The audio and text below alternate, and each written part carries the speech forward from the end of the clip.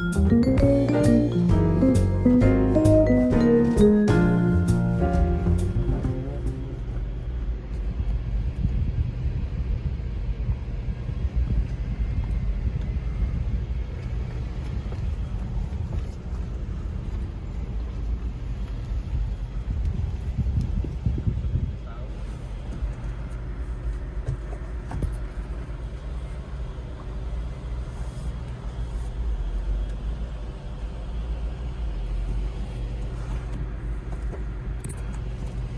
need to figure out what order where we want cars. Good evening. It's Thursday night. We're wrapping up a super productive day at E39 Source. Manual transmission conversion number 3, this time again on an E60, the third E60, the first non-M5 E60, the 550i is done. And I used air quotes because we're missing one part. On March, like 8th or 4th or 6th, something like that, I ordered a black shift boot. Innocuous enough, a black leather shift boot. Every BMW has a shift boot. Well, not a manual shift boot. Not for an E60, not in black. It has been 7 weeks. This thing is still in Germany. I do not understand why it's taking so long to source it. I can't get it from FCP. I can't get it from ECS. There's no good used ones on eBay. I cannot find a black leather shift boot for this car. The E39, they're a dime a dozen. The E60 barely exists.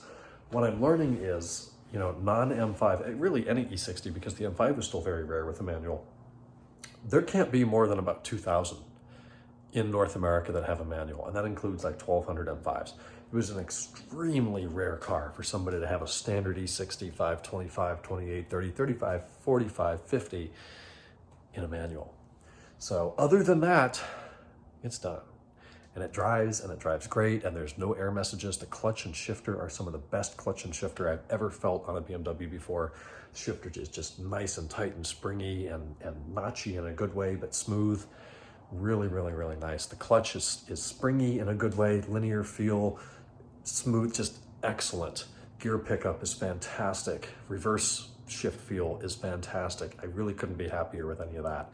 There's no air codes, there's no air lights. Every function works, cruise control works, even without a gear position sensor. And if you kick it out of gear by accident on the highway with cruise on, it defeats cruise control. It's just smart.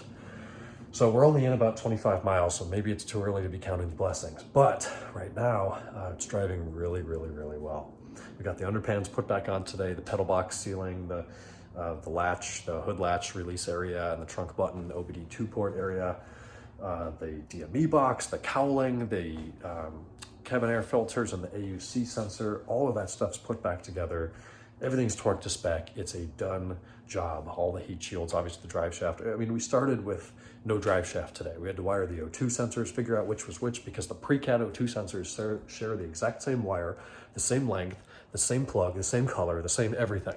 So there's no way to tell them apart. So I plugged in one, started the car, let it run for 5 minutes, turned it off, went to the DME, asked for which sensor was not communicating, figured it out. I actually had it right, plugged the other one in, now we're good. So that's how you figure that out. Stressful, but good. And the car is ready for pickup here about 10 days early. And it didn't look like we were gonna get there. So I'm very happy. Just waiting on the shift boot. You know, if it comes in a month, I talked to the customer, he said he understands. It's part of this COVID climate supply chain. So if and when it comes in a few weeks or a few months, put it in a box, send it up to him. It takes 2 seconds to put on. With that, I'm exhausted. My back really hurts from working on the lift today. I got up there at 10, we stayed till 5. Came back, I had another 2.5 hours on the phone tonight with a customer. Got a bunch of stuff to do, a lot of parts to order, a lot of work to do. So I'm gonna start off by going to bed. Talk to you guys on Friday.